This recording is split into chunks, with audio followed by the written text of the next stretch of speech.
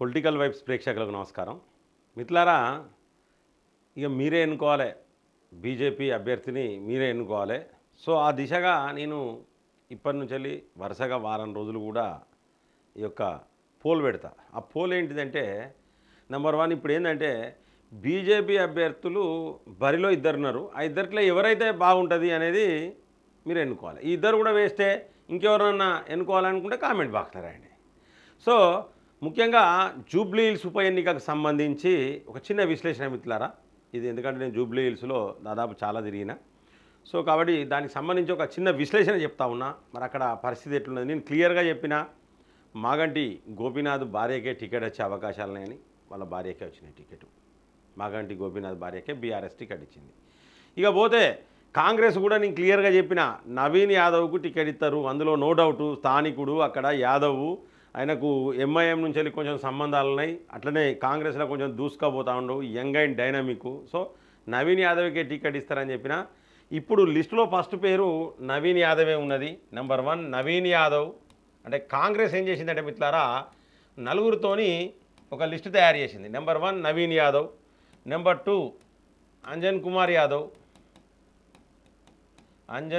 Yadav. So ఈయన మాజీ MP. Next number 3 వచ్చేసి బొంతు రామ్మోహన్. అంటే ఈయన బీఆర్ఎస్ నుంచి వెళ్ళిపోయాడు, మేయర్ ఉండే. ఎందుకంటే వీళ్ళకు పదవులు లేకపోతే గులగుల పెడతా ఉంటుంది బాగా, పార్టీలు జంప్ అన్నట్టు ఇక పదవి లేనప్పుడు. అలాగే నెంబర్ 4 సిఎన్ రెడ్డి అని చెప్పేసి ఒక కార్పొరేటర్. సో సిఎన్ రెడ్డి అంటే ఆయనను కార్పొరేటర్ను. సో ముఖ్యంగా ఏంటంటే కాంగ్రెస్ బీసీలకు వేయాలనుకుంటుంది కాబట్టి నేను పక్కా పెడదాం కాసేపు.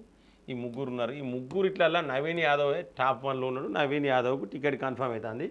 ఈయన అంత ఫీల్ అవుతాడు, కొంచెం బాధపడతాడు అని చెప్పేసి ఈయన ఈ బొంతు రామ్మోహన్ పేరు అట్లా పెట్టకపోతే ఈయన కూడా మళ్ళీ బీఆర్ఎస్లో పోతే తలకాయ నొప్పి అని చెప్పేసి ఆయన పేరు పెట్టారు. కానీ ఏం లేదు, ఇంట్లో నవీన్ యాదవ్ పేరు కన్ఫర్మ్ చేస్తారు. ఎందుకంటే నవీన్ యాదవే స్ట్రాంగ్ ఆడ కాంగ్రెస్లో, రాజకీయాలకు అతీతంగా చెప్తారు మిత్రులారా.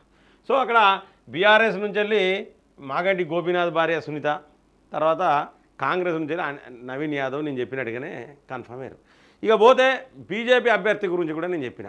అక్కడ కొంపెల్లి మాధవిలత కొంచెం స్ట్రాంగ్ ఉన్నది ప్రస్తుతానికి. అంటే ఆమె కొంచెం బ్రాండ్ అయిపోయింది తెలంగాణ వ్యాప్తంగా. వాస్తవం చెప్పాలంటే ఏంటంటే తెలంగాణలో పాత బస్తీ తప్పితే ఎక్కడ నిలబెట్టినా ఆమె గెలుతుంది. ఓపెన్గా చెప్తాను. పాత బస్తీ అంటే ఆ ఓల్డ్ సిటీ తప్పితే నువ్వు ఎక్కడికి తీసుకుపోయి ఈ వరంగల్ తీసుకొచ్చి నిలబెడితే గెలిచే పరిస్థితి. అంటే అంత మంచి బ్రాండ్, అంటే అంత మంచి పేరు వచ్చింది కొంపెల్లి మాధవిలతకు. అక్కడ ఆల్రెడీ లంకెల దీపక్ రెడ్డి 2023లో లంకెల దీపక్ రెడ్డి 2023లో నిలబడ్డాడు. 25,000 ఓట్లు వచ్చినాయి ఆయనకు, 25,000.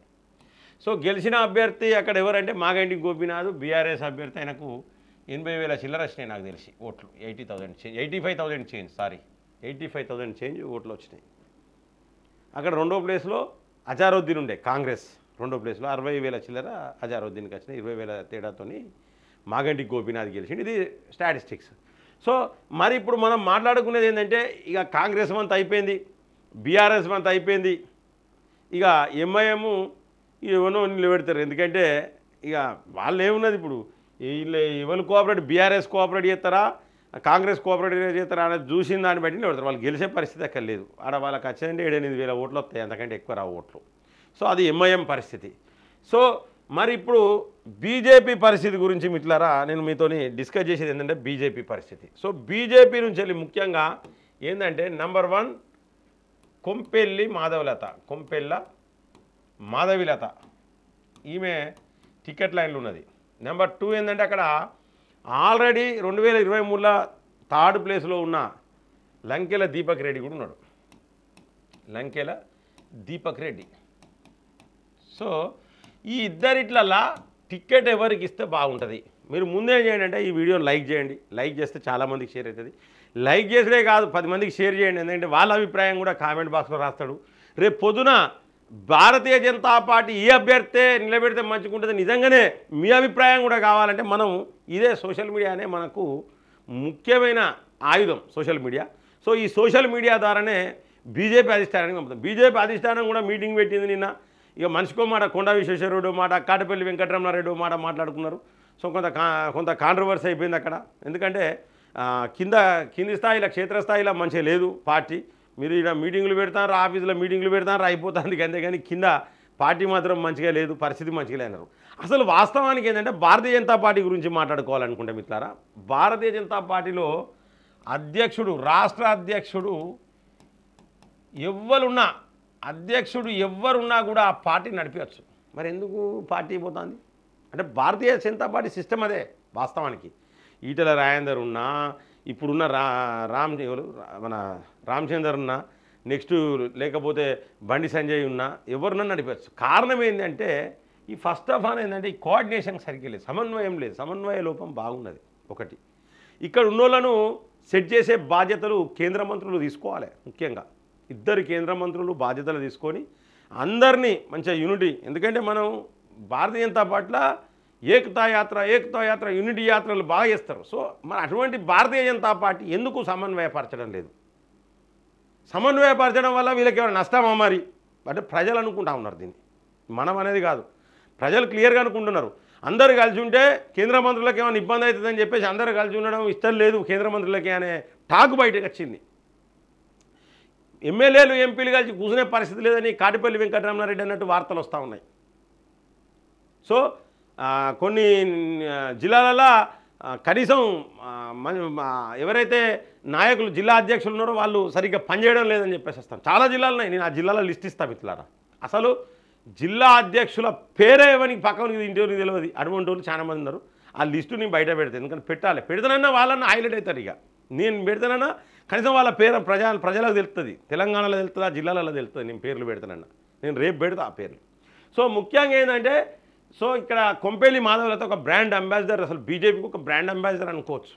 ఆమె బాణం వేసిందంటే దాని ఫుల్ వైరల్ అవుతుంది. సో అటువంటి ఫెమిలియర్ వ్యక్తి అవసరం అని చెప్పేసి చాలామంది అనుకుంటా ఉన్నారు. సో మరి లంకెల దీపక్ రెడ్డి అక్కడనే ఉన్నాడు, అక్కడనే నిలబడ్డాడు, ఓడిపోయాడు, మళ్ళీ ఆయనకే వేయాలని చెప్పేసి మరికొంతమంది అనుకుంటా ఉన్నారు. సో మరి ఇద్దరిట్లో ఎవరికి ఇస్తే బాగుంటుంది? మరి ఇప్పుడు వచ్చిన కొత్త అధ్యక్షుడు ఆయన మార్కు చూపించుకోవాలనుకుంటే ఖచ్చితంగా జూబ్లీ హిల్స్ గెలవాల్సిందే. ఈ మధ్యకాలంలో ధర్మపురి అరవింద్ కూడా క్లియర్గా చెప్పిండు, జూబ్లీ హిల్స్ ఉప ఎన్నిక గెలిచే పూర్తి బాధ్యతలు కిషన్ రెడ్డి గారు తీసుకోవాలని చెప్పేసి. మరి కిషన్ రెడ్డి గారికి మంచి పేరు రావాలన్నా, లేదంటే బండి సంజయ్ గారికి మంచి పేరు రావాలన్నా కేంద్రంలో, లేదంటే అసలు భారతీయ జనతా పార్టీ ఈ తెలంగాణలో మేము ఒక ఊపుతామని చెప్పేసి ఈ తెలంగాణ భారతీయ జనతా పార్టీ అధ్యక్షుడు రామచంద్రరావు గారు వారికి మంచి పేరు రావాలన్నా ఈ ముగ్గురి మీదనే ఈ ఉప ఎన్నిక భవితవ్యం ఉన్నది. మరి ఎవరిని పెడతారు? గెలిచే గుర్రాన్ని పెడతారా, గెలుపు గుర్రాన్ని పెడతారా, లేకపోతే ఏదో వీళ్ళకి ఇవ్వాలి సీనియర్లు జూనియర్లు లేకపోతే ఇక్కడోళ్ళు అక్కడోళ్ళు అని చెప్పేసి పెడతారా అనేది వేచి చూడాలి. గెలవాలనే ఆలోచన ఉంటే ఖచ్చితంగా ఒక గట్టోళ్ళనే పెట్టాలి. సో మరి ఇందులో నేను మన వ్యూవర్స్ను అడుగుతా ఉన్నా, భారతీయ జనతా పార్టీ టికెట్ కొంపెల్లి మాధవలతకి ఇస్తే బాగుంటుందా, లంకెల దీపక్ రెడ్డికి ఇస్తే బాగుంటుందా, లేదా ఇంకెవరి పేరైనా సూచిస్తారా? అక్కడ మీరు Bharatiya Janata party ticket Jubilee హిల్స్లో గివిలకు ఇస్తే మంచిగా ఉంటుంది అని ఎవరి పేరైనా మీరు సూచిస్తారా? ఖచ్చితంగా కామెంట్ బాక్స్లో రాయండి. ఎందుకంటే మీరు కామెంట్స్ అన్నీ కూడా ఖచ్చితంగా ఇది పోతుంది భారతీయ జనతా పార్టీ హెడ్ ఆఫీస్కు, మన వీడియోలు అన్నీ పోతాయి, మన వీడియోలు పోతాయి. మన వీడియోలను చూసి కొంతమంది కేంద్ర మంత్రులు మాట్లాడిన వాళ్ళు ఉన్నారు, ఎంపీలు మాట్లాడిన వాళ్ళు ఉన్నారు. మన వీడియోలు చూసి మనం ముందే మాట్లాడినాం బీసీల గురించి, బీసీలకి ఈ ముస్లిమ్స్ని తీసుకొచ్చిర్రు ఏందనేది, ఈ మైనార్టీలు అంటే ఓన్లీ ముస్లిమ్సేనా, మరి అసలు మైనార్టీలను ఎందుకు తీసుకొచ్చిర్రు అని చెప్పేసి ఫస్ట్ టైం మనం వీడియో పెట్టినాం. సో కాబట్టి ఆ సబ్జెక్ట్ కూడా ఆల్రెడీ భారతీయ జనతా పార్టీ తీసుకున్నది, మాట్లాడింది. సో ఇవన్నీ మనం చూస్తాను. కాబట్టి మిట్లారా, మరి ఈ ఇద్దరిట్ల కొంపెల్లి మాధవలత, లంకెల దీపక్ రెడ్డి జూబ్లీ హిల్స్లో టికెట్ ఎవరికి ఇస్తే ఆ నవీన్ యాదవ్కు ఆ సునీతకు వాళ్ళిద్దరికి గట్టి పోటీనియగలరు, గెలిచే అవకాశాలు ఉంటాయో మీరు ఖచ్చితంగా కామెంట్ బాక్స్లో రాయండి. లేదా ఇంకా భారతీయ జనతా పార్టీలో ఇంకో వ్యక్తి ఇంకెవరైనా ఉన్నారో ఆ వ్యక్తికి ఎవరికైనా ఇస్తే భారతీయ జనతా పార్టీ టికెట్ ఇస్తే జూబ్లీ హిల్స్లో గెలిచే అవకాశాలు ఉన్నాయి అనేది కూడా ఖచ్చితంగా మీరు కామెంట్ బాక్స్లో రాయండి. ఎందుకంటే మీరు రాసే ఈ కామెంటు ఖచ్చితంగా భారతీయ జనతా పార్టీ హెడ్ ఆఫీస్కి పోతుంది. సో మీరు పెట్టే ఆ యొక్క కామెంట్ కూడా ఖచ్చితంగా దానికి కూడా ఒక విలువ అనేది ఉంటుంది. కాబట్టి ప్రతి ఒక్కరూ లైక్ చేసి కామెంట్ చేసి ఖచ్చితంగా మీరు ప్రతి గ్రూపులోకి ప్రతి ఒక్కరికి 10 మందికి కంపల్సరీ షేర్ చేయండి. జై హింద్, జై భారత్.